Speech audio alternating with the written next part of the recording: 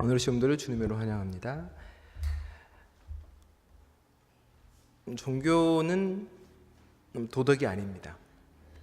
신앙을 오랫동안 지켜온 사람도 그리고 많은 이들도 오해하는 가장 큰 부분들이 이제 신앙을 알게 되고 기독교를 따라가면서 뭔가 이렇게 윤리적으로나 도덕적으로 완벽한 삶을 살기 위해 노력하는 것을 종교로 생각하거나 오해하기도 합니다. 근데 실은 종교가 예수님조차도 도덕적 완벽주의나 혹은 윤리적 완벽주의를 누구한테 요구하거나 강요한 적이 한 번도 없으십니다. 종교가 이야기하고 그리고 예수님이 요구하는 가장 큰 것은 자신의 존재 전체를 생명을 살리는 삶으로 던지는 것, 그게 아마 가장 큰 중심에 있습니다. 얼마 전에 입적하신 오헌 스님이라는 분이 계십니다.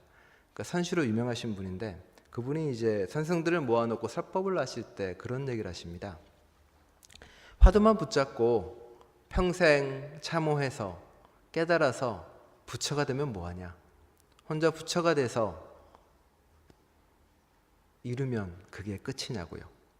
불교의 핵심은 화두를 붙잡고 끝까지 씨름해서 부처가 되는 게 목적이 아니라 불교의 핵심은 부처처럼 사는 것이다라고 설법을 합니다. 가장 중요한 건 그거 같아요. 종교의 가장 중심은 생명 그 자체로 나의 존재 전체를 던지는 거겠죠. 그걸 위한 길을 하나하나 보여주는 게 십계명이라는 겁니다. 십계명은 우리가 계명을 이야기하고 윤리라고 법이라고 이야기하지만 맨 처음에 이야기한 것처럼 십계명 그냥 10가지 말씀입니다. 10가지 말씀인데 생명에 이르는 10가지 말씀이라는 이야기입니다. 법도 아니고 윤리도 아닌 이유는 뭐냐면 그 뒤에 붙는 게 없습니다. 살인하지 마라. 살인을 하면 너희가 죽을 것이다 라는 법도 없고요. 간음하지 마라. 간음하면 너희가 어떻게 될 것이다 라는 말도 없습니다. 그냥 그걸로 끝입니다. 이게 이제 국가 종교화되고 붙으면서 살인하면 어떻게 되고 저떻게 되고 그 뒤에 붙게 됩니다. 처음 가르침과는 관계없이요. 불교도 이와 비슷한 게 있죠. 십계명과 비슷한 게 있는데 팔정도라는 게 있습니다. 팔정도도 이제 뭐 전견, 정사유, 정어, 정업, 정명, 정진, 정념, 정정 이런 뜻인데 뭐 말을 바르게 해야 되고 행동을 바르게 해야 되고 생각을 바르게 해야 되고 늘 깨어 있고 십계명으로 따지면 이제 탐심을 품으면 안 되고 탐욕을 가지면 안 되고 다 들어가 있습니다. 그런데 팔정도에도 이걸 안 지킨다고 해서 이걸 안 한다고 해서 네가 괴로울 거야, 벌 받을 거야라는 게 아니라는 겁니다. 십계명도 그 팔정도도 마찬가지입니다. 이게 특징은 뭐냐면 십계명을 제대로 깨닫고 알게 되면 네가 정말로 생명에 이르는 삶을 살게 될 거야입니다. 팔정도의 불교의 깨달음을 하게 되면 너의 삶은 고통에서 벗어날 수 있을 거야라고 이야기하는 겁니다. 그리고 십계명을 통해서 우리가 깨달아 알게 되는 건 뭐냐면 내가 정말 내 존재가 나 삶 자체가 엄청난 죄악의 뿌리에 있다라는 겁니다. 그리스도인이 아닌 사람은 종종 교회에 대해서 이렇게 이야기합니다. 이놈은 교회만 가면 맨날 죄인이라고 이야기하고 없던 죄도 만들어주고 이상하다. 교인들도 이상해요. 자학하나? 맨날 자기가 죄인이라고 안타까워하고 긁는다고요. 사회적, 윤리적, 법적으로 죄인이라고 이야기하는 게 아닙니다. 그것은 어떻게 보면 십계명을 하나하나 알아가면서 지난주에 배웠던 살인에 대한 얘기를 하면 내가 누군가에게 화내고 분노하고 격분하는 게 바로 살인이다라는 것, 그걸 깨달아 알게 되면 내 삶 자체가, 내가 살아가는 모든 삶 자체가 수많은 죄의 굴레 안에 빠져있다라고 깨닫게 되는 겁니다. 그리고 나는 끊임없이 나를 정진하고 애쓰고 성찰하려고 노력하는 거겠죠. 격분하고 화를 안 내서 괜찮구나 생각을 했는데 성경을 보니 그런 말뿐만 있는 게 아닙니다. 동물을 피채 먹지 말라고 하니 동물의 생명도 나한테 있는 게 아니구나. 그 생명조차도 내가 아끼고 보살피는 삶을 살아야 되는구나라고 나가게 됩니다. 다른 사람에게 분노고 화내는 걸 넘어서서 내가 나에게도 화내고 나에게도 분노하고 나를 억누르는 것 자체도 살인이고 증오고 내 시간을 버리는 것조차도 잘못 쓰는 것조차도 살인이고라고 깨닫게 됩니다. 그 굴레 속에 계속 고민하고 번민하며 내 존재를 흔들고 내 존재를 바꿀 정도로 내가 죄인이란 걸 깨달아가는 삶, 그리고 그걸 넘어서서 생명으로 한 걸음 딛는 삶을 고백하는 게 바로 십계명의 길이 우리에게 말하고 있는 겁니다. 그래서 바울은 뭐라 그러냐면 내가 괴인 중에 괴수라고 이야기할 정도입니다. 그리고 예수님조차도 이야기할 때 그 당시 의인이라고 말하고 정말 와 놀랍다라고 말하는 바리새인조차도 너희는 의롭지 않다라고 이야기하고, 정말 죄만 짓고 살아가는 민족 반역자인 세리나 로마 백부장 보고 오히려 의롭다라고 이야기할 정도에 이르게 됩니다. 전혀 다른 관점으로 바라보게 되고 전혀 다른 걸로 알아가게 되는 거죠. 죄의 진정한 본질을 깨닫고 삶의 진정한 본질을 깨닫고 뒤집어서 앞으로 나아가는 삶이 십계명이 보여주는 삶입니다. 불교도 이와 마찬가지입니다. 어느 보살이 이제 스님께 나아가서 묻습니다. 나는 삶이 참 행복한데, 삶을 참 잘 살아가는데 왜 스님은 맨날 나만 만나면 인생이 고야, 인생은 궤돌품이야, 여기서 해탈해야 되라고 이야기하느냐고요. 스님이 뭐라 그랬을까요? 야, 네가 피웅덩이에서 구르면서 행복하다고 울고 똥밭에서 구르면서 인생이 행복하다고 이야기하는구나, 어리석다라고 질타를 하십니다. 자기가 행복한 삶을, 그 삶을 누리기 위해 얼마나 많은 사람들의 희생과 얼마나 많은 사람들의 고통이 있었다는 걸 깨닫지 못하기 때문에 삶을 행복하다라고 말하는 겁니다. 스님들이 말하는, 선승들이 말하는 인생이 고라는 것은 바로 우리가 이야기하는, 그리스도인들이 말하는 우리가 죄인이라는 고백과 마찬가지로 이어지는 고백이라는 이야기입니다. 그러니 이 정도면 됐지, 이 정도면 괜찮지, 이 정도면 윤리적이지, 이 정도면 도덕적이라는 말을 할 수가 없는 게 그리스도인의 신앙이라는 겁니다. 그리고 한 걸음 한 걸음 거기로부터 자유로워지는 걸어갈 때, 방향을 그쪽으로 향할 때 우리는 구원의 길로 갔다라고 이야기하는 겁니다. 예수님도 마찬가지입니다. 예수님도 평생에 거쳐서 자신을 선하다라고, 선인이라고 이야기하지 않습니다. 어느 누군가가 예수님에게 와서 묻습니다. 예수님 보고 이렇게 불러요. 선한 선생님이라고요. 예수님이 뭐라 그럽니까? 대놓고 이야기하죠. 야, 세상에 선한 건 없다. 오로지 하나님만이 선하다. 자기 자신도 선하다라고 이야기하지 않는 겁니다.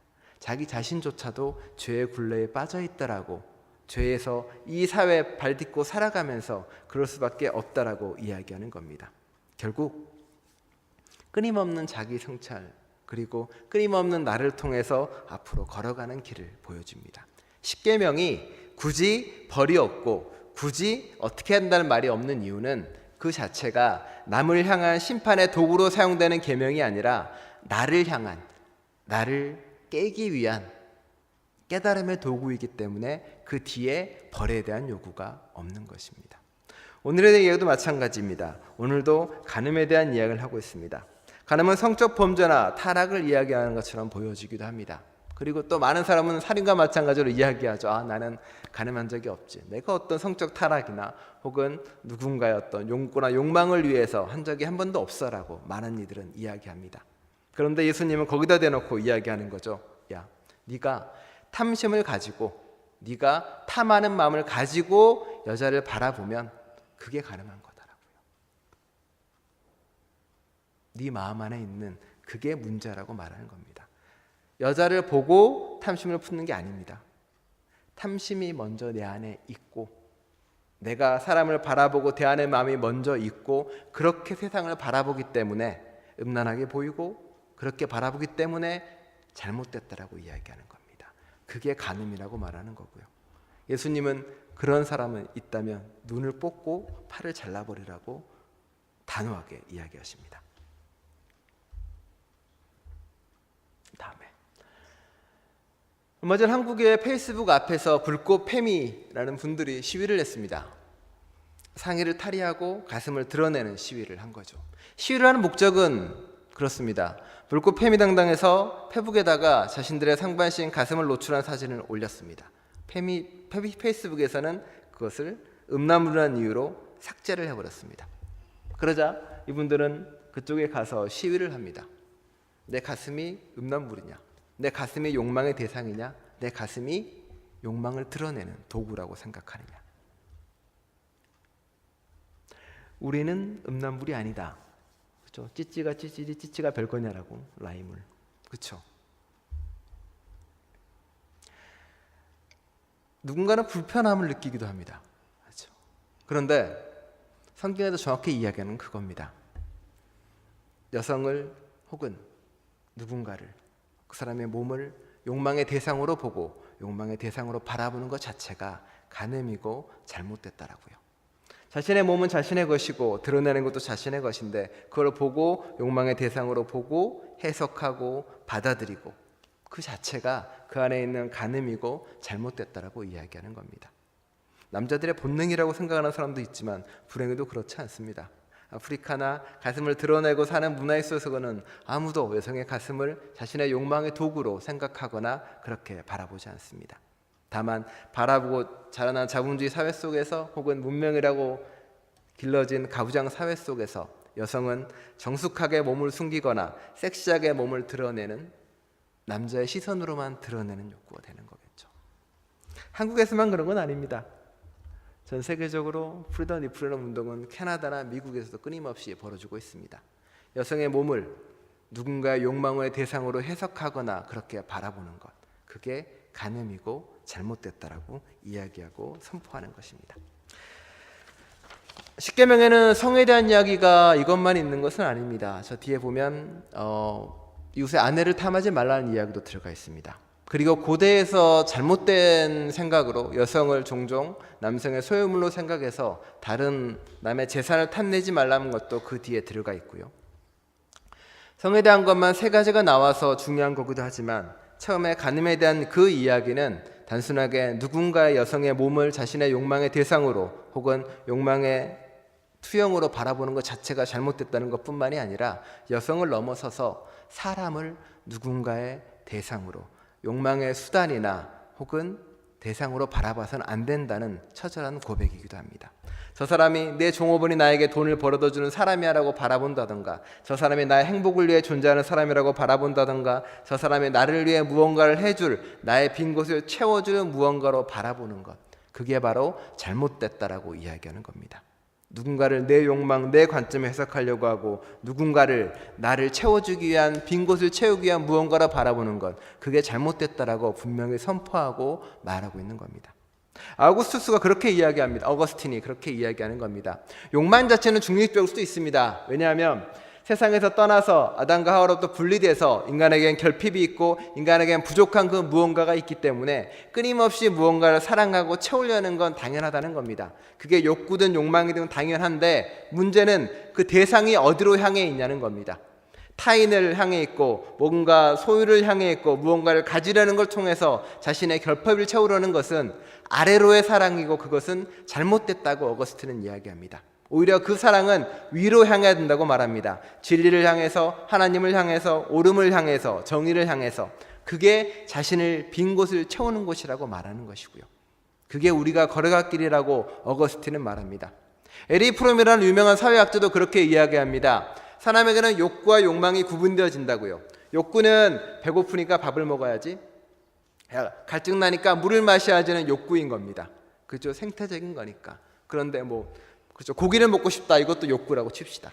그런데 근사한 레스토랑에서 남들이 우러러 바라보는 곳에서 좋은 음악이 나오는 데서 열심히 스테이크를 썰어서 배를 채워야지는 욕구가 아니라 욕망이라는 겁니다. 왜냐하면 욕구는 몸의 허기나 간단한 일차적인 거지만 욕망은 정신적인 부분의 결핍을 채우려고 애쓰기 때문에 그게 바로 욕망이라는 겁니다. 그 욕망은 결국 채워지지 않는 거로 계속 흘러갑니다. 자기 파멸에 이른다고 프롬은 이야기합니다. 술은 어떨까요? 열심히 일하고 맥주 한 잔 마시며 시원하다, 갈증을 해소하기 위한 술, 맛있는 와인 먹으며 맛있다, 행복한 음주. 근데 어느 순간 갈증도 없는데 굳이 와인을 마저 즐기고 싶지 않은데 계속 마시고 취하는 데까지 가죠. 그 이유는 뭡니까? 욕구가 아니라 정신적 결핍이나 불안이나 채워지지 않는 뭔가를 이루기 위해서 계속 늦는 거죠. 욕망이라고 이야기합니다. 그거를 자기 파멸로 가게 되고 결국은 끊임없는 누군가의 착취로 이어진다라고 프롬은 이야기하고 있습니다. 간음을 하지 말라는 그 말은 성적인 욕망을 넘어서서 누군가를 내 욕망을 채우기 위한 수단으로, 대상으로 바라보지 말라고 이야기하는 겁니다. 그리고 그 누군가 자신의 욕망과 혹은 자신의 무언가 빈 곳을 채우기 위해서 혹은 사랑이라는 이름으로 포장된 내 욕망을 채우기 위해서 누군가를 사용하지 말라는 겁니다. 자식이 될 수도 있고 남편이 될 수도 있고 아내도 될 수 있습니다. 그게 바로 간음이라고 철저하게 규정하고 있습니다. 그래서 예수님은 그 죄악 때문에 그걸 하지 말라고 눈을 뽑고 팔을 자르라고 잔인하게 이야기하고 있는 겁니다. 심각하고 정말로 중요한 것이라고요.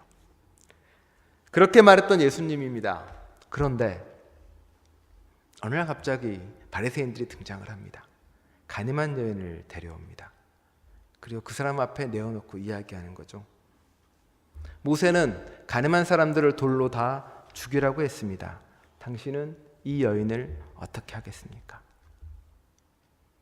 간음한 여인을 데려온 수많은 사람들을 그린 그림입니다. 왼쪽에 있는 누군가는 그 여인을 욕망의 대상으로 놀리고 음흉한 눈빛으로 바라보기도 하고요. 어떤 이는 자신의 의를 세우기 위해 자신의 정의를, 자신의 의로움을 드러내기 위해 돌을 들고 있는 것처럼 보입니다. 나는 그와 같지 않다는 모습 때문에 여전히 방관자처럼 저 뒤에 머무는 사람도 존재를 하고 있고요. 다양한 그림들이 있는데 주부에 나오는 이 그림입니다. 좀 더 치열하고 좀 더 긴박하게 느껴집니다. 예수는 돌을 던지려고 혹은 둘러싸서 정죄하려는 수많은 사람들을 밀어내고 저 여인을 지키려고 애쓰고 붙잡고 있습니다.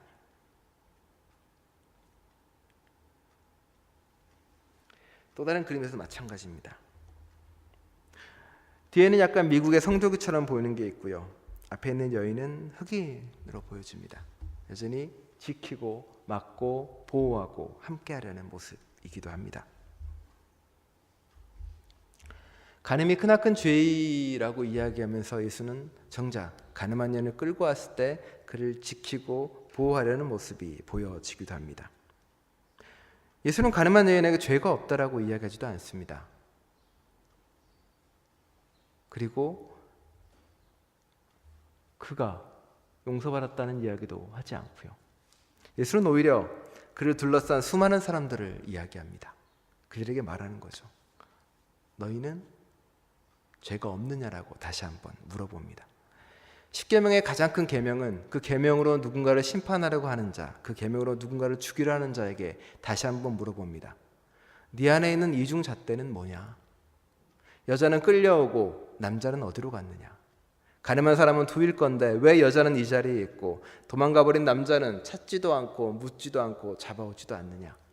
여성과 남성에게 부여되는 이중잣대 계명은 어떤 의미가 있느냐라고 묻습니다. 그리고 너 자신에게 해야 될 잣대가 타인에게 해야 되는 잣대와는 도대체 어떤 차이가 있느냐라고 다시 한번 물어봅니다. 예수는 누구도 심판하지 않겠다라고 말하고 누구도 정죄하지 않겠다라고 이야기합니다. 예수는 오로지 그 계명으로 자기 자신을 바꾸라고 말합니다. 그 계명은 남을 심판하라고 준 무기가 아니라 너를 바꾸고 너를 변화시키라고, 그래야 네가 구원에 이를 수 있다고 이야기합니다. 가늠한 여인은 예수의 말을 듣고 무엇을 알았고 무엇을 깨달았을까요? 사연은 나와 있지 않습니다. 다만 고통 가운데 아픔 가운데 있었을 것이고 수없이 많은 사랑 가운데 두려움에 떨었을 것입니다. 예수는 그에게 이야기합니다.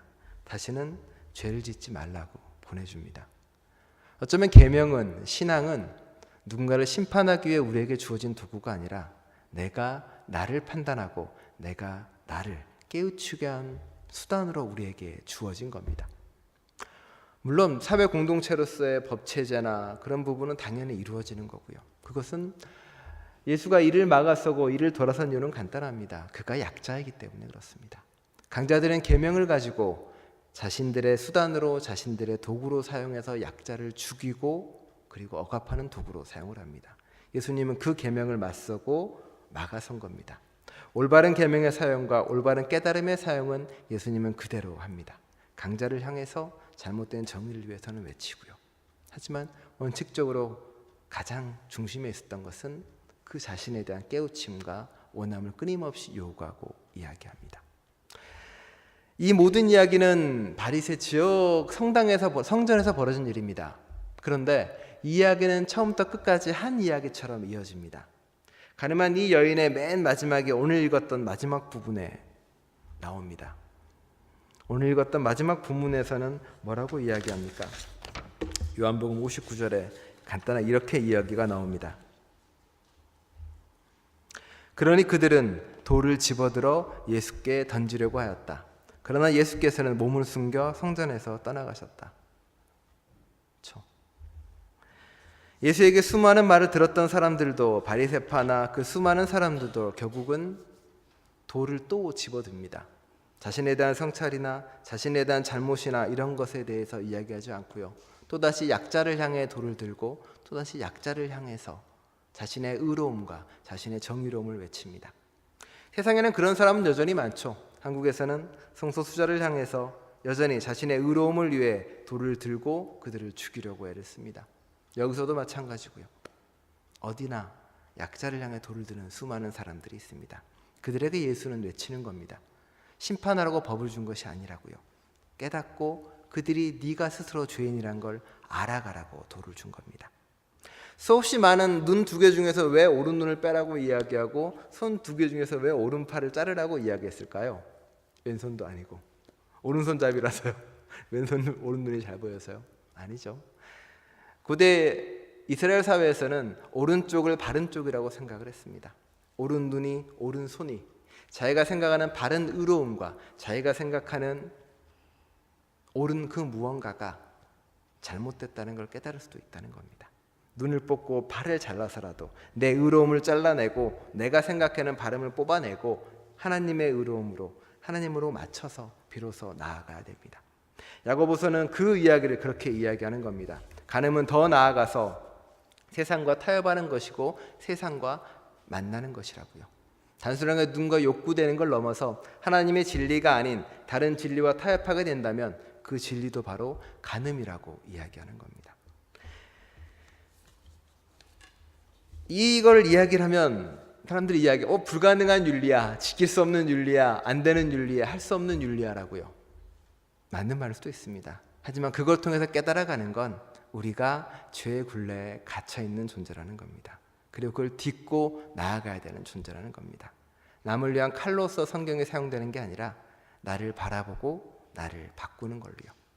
한국교회에서 여전히 성소수자나 수많은 사람들을 위해서 돌을 던지는 수많은 사람들에게 이 기독교의 메시지는 공허한 메아리처럼 울릴지 모르겠지만 그래도 여기 있는 우리들에게는 그게 우리의 삶을 바꾸는 말씀이 되기를 간절히 축원합니다.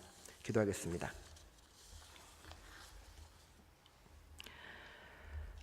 하나님, 주님은 우리에게 말합니다. 간음하는 건 누군가를 욕망의 대상으로 바라보고 그 사람을, 그 누군가를 나를 채우기 위한 걸로 하는 것이라고. 그러니 그 죄를 짓지 않기 위해 눈을 뻗고 팔을 잘라버리라고. 성폭력이 만연하고 성폭력 무리 영상이 넘쳐나기도 합니다. 별거 아니라고 생각해서 넘어가기도 하고 있고요.